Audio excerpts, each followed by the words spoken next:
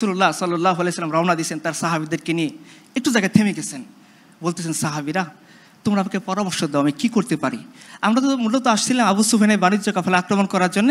এখন তো মক্কা থেকে পেশাদার সৈন্য এসে গেছে এবং তারা যুদ্ধের এলান করে দিয়েছে। আমরা কি সামনে আগাবো না থেমে যাব?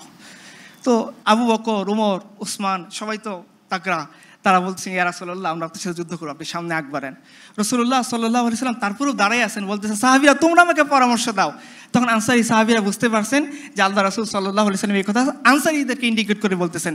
আনসারীদের সর্দার দাঁড়াই গেছেন, বলছে, ইয়া রাসূলুল্লাহ আপনি কি আমাদের মতামত জানতে চান?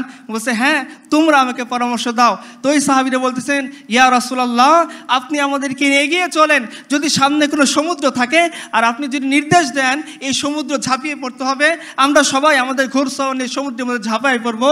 ইয়া রাসূলুল্লাহ আপনি আমাদেরকে নির্দেশ দেন, সামনে যদি কোনো অগ্নির কুণ্ড থাকে আপনি যদি নির্দেশ দেন এই অগ্নির কুণ্ড আমরা পার হয়ে যাব।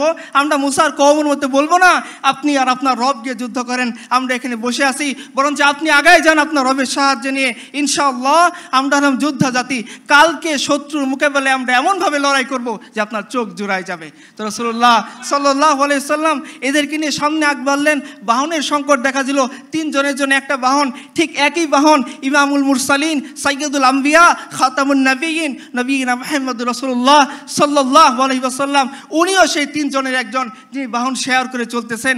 আবু লুবাবা, আলী এবং আল্লাহ রাসূল সাল্লাল্লাহু আলাইহি ওয়াসাল্লাম 3 জন বাহন ভাগাভাগি করে চলতেছেন। কিছু দূর যায় একজন টানে, 2 জন বসে থাকে, আবার কিছু দূর যায় আরেকজন নামে, অপরজন ওঠে, 2 জন টানে, 2 জন বসে থাকে, একজন টানে। এইভাবে যখন টানতে টানতে রাসূলুল্লাহ সাল্লাল্লাহু আলাইহি সাল্লামের ওয়াক্ত আসলো, সময় আসলো, সাহাবায়ে কেরাম বলে, আবু লুবাবা, আলী রাদিয়াল্লাহু আনহুম, জি ইয়া রাসূলুল্লাহ এটা কিভাবে সম্ভব?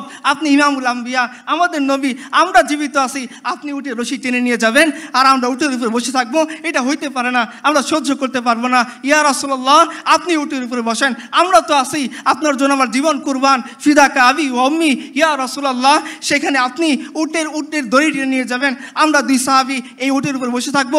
এটা তো হতে পারে না।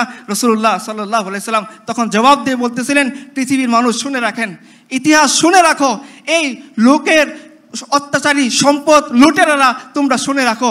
রাসূলুল্লাহ সাল্লাল্লাহু আলাইহি ওয়াসাল্লাম তখন বলতেছিলেন, আরে আমার সাহাবীরা তোমার সওয়াবের দরকার আছে, আমার বুঝি দরকার নেই? তোমরা কি শক্তিশালী দিক থেকে আমার চেয়ে বেশি নাকি? তোমরা উটের উপরে ওঠো, আমি উট টেনে নিয়ে যাবো।